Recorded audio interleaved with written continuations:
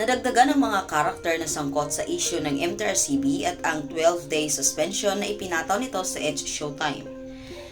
Una nang nadamay sa ikinilos ng Movie and Television Review and Classification Board ang IT dahil ang MTRCB chair ay si Lala Soto Antonio, anak ng IT host na si Tito Soto. Ang IT at It's Showtime ay magkatunggaling programa sa noon-time slot. Ngayon ay nakisali na rin ng ilang taong nagpakilala bilang mga miyembro ng kapisanan ng Social Media Broadcasters ng Pilipinas Incorporation. Isang grupong wala sa kamalayan ng publiko bago nito. Nagsampa ang grupo ng kasong kriminal laban kay Vice Ganda at ang partner nitong si Ayon Perez na bahagi ng Kapamilya Noon Time Show. Isang attorney Leo Olarte, kinatawa ng KSM-BPI kasama ang ilang miyembro ng organisasyon ang nagsadya sa Quezon City Prosecutor's Office kahapon Lunes, September 11, 2023 para maghain ng reklamo laban sa dalawang host ng It's Showtime. Paglabag sa Article 201 ng Revised Penal Code na may kinalaman sa Section 6 ng Article 201 at sa Republic Act No. 10175 o Cybercrime Prevention Act of 2012 ang inihaing kaso laban kina Vice at Ayon. Ang reklamo ng KSM-BPI ay may kaugnayan pa rin sa cake icing incident na nangyari sa It's Showtime noong July 25, 2023.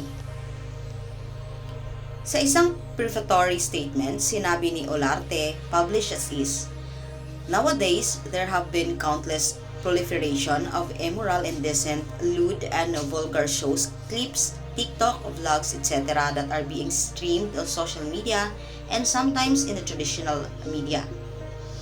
The worst part of it all is that these are unregulated and are accessible by any person, including the youth, children, and even minors who are tech-savvy on various social media platforms. Just by the click of a finger, all these malevolent presentations are made easily available even on mere cell phones already." Lumalabas na bahagi ng suporta sa MTRCB ang reklamo ng KSM-BPI. Noong August 24, 2023, nakakuha pa ang grupo ng special meeting kay MTRCB Chairperson Soto tungkol sa paglaganap ng di umano'y immoral content sa noontime television shows.